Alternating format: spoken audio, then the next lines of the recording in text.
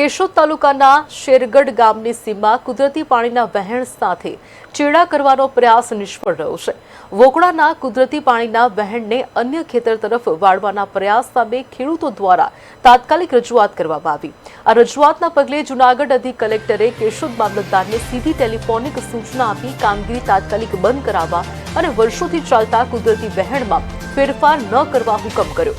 પ્રભાબેન ખીમજીભાઈ હિશુ અને ભીમજીભાઈ અર્જુનભાઈ હિશુના ખેતર નજીકના પાણીના વહેણમાં અવરોધ ઉભો કરી દિશા બદલવાના પ્રયાસ કરતા પ્રવીણ કરશન અગેરા અને મનસુખ કરશન અગેરાને જેસીબી અને ટ્રેક્ટરથી કામ કરતા રોકવામાં આવ્યા। પડોશી ખેતરો દ્વારા વાંધો ઉઠાવતા તંત્રે તાત્કાલિક કાર્યવાહી કરી કામ બંધ કરાવ્યું હતું। હાલ માટે કામ રોકાઈ ગયું છે, પરંતુ જે કામ કરવામાં આવ્યું છે તેને ફરી જેમ હતું તેમ કરી આપવા ખેડૂતો દ્વારા માંગ ઉઠાવવામાં આવી છે। આ ઘટનાએ સ્થાનિક ખેડૂતોમાં ચિંતા સાથે રાહતનો માહોલ પણ સર્જ્યો છે।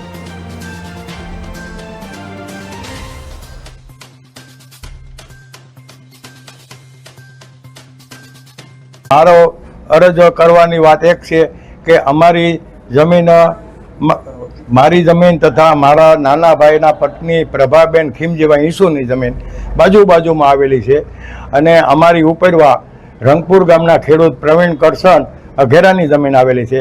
હવે પ્રવીણ કરશન અઘેરાએ એના લોભથી એના લાલચથી એને હિત વાસવા માટે જે કમટ નામની નદી નીકળેલી છે એ પશ્ચિમ દિશામાં હાલમાં છે, તો એ નદીને ડાયવર્ટ કરી અને એનું ખેતર કરી નાખવું બોરીને, અને પછી પૂર્વ દિશામાં ઉત્તરથી દક્ષિણ નદીને ડાયવર્ટ કરે છે અને અમારી જમીનમાં મોટે પાયે ધોવાણ થાય એમ છે અને અમારી જમીનમાં એવી નુકસાની થાય કે અમારો પરિવારની આજીવિકા છીનવાઈ જાય એમ છે બંનેના।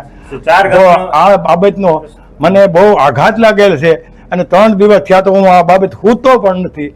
તો આ તાત્કાલિક કામ બંધ કરાવવા માટે મામલતદારમાં મેં અરજી કરેલી છે।